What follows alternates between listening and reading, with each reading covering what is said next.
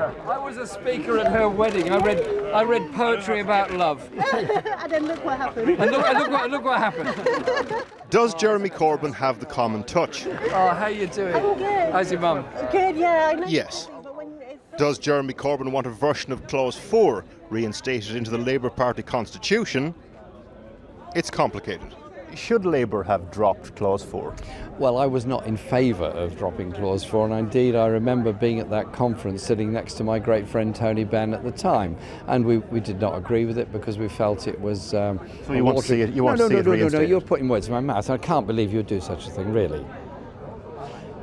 But so just to be clear, you objected to the dropping of it at the time, but now what? I objected to the dropping of it in 1994. This is 2015. And what's changed?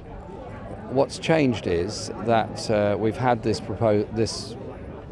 other version there for a very long time. We have an open democratic process in the Labour Party.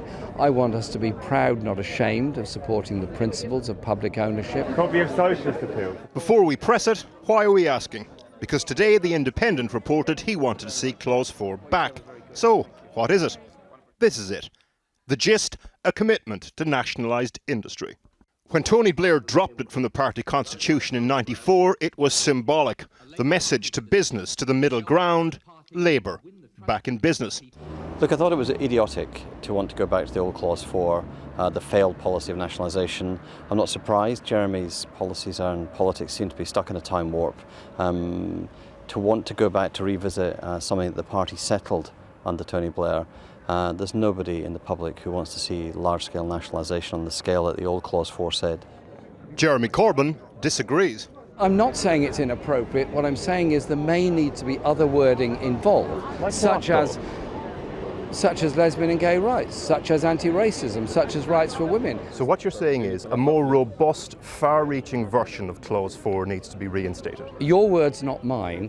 Is that not a fair reflection of what you've just said? No, it's not a fair reflection at all. What I'm trying to say is, whatever the aims and objectives will come from a democratic and open process. They will be reflective of our society as it is now, and they will be, I hope, reflective of the reasonable aspiration of ordinary people to have some control over their mail system, their health service, their railways, and all the other things. So therefore it will, of course, include cooperation and public ownership.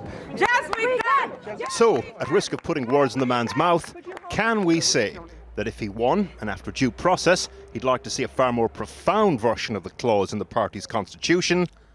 Jez, we can.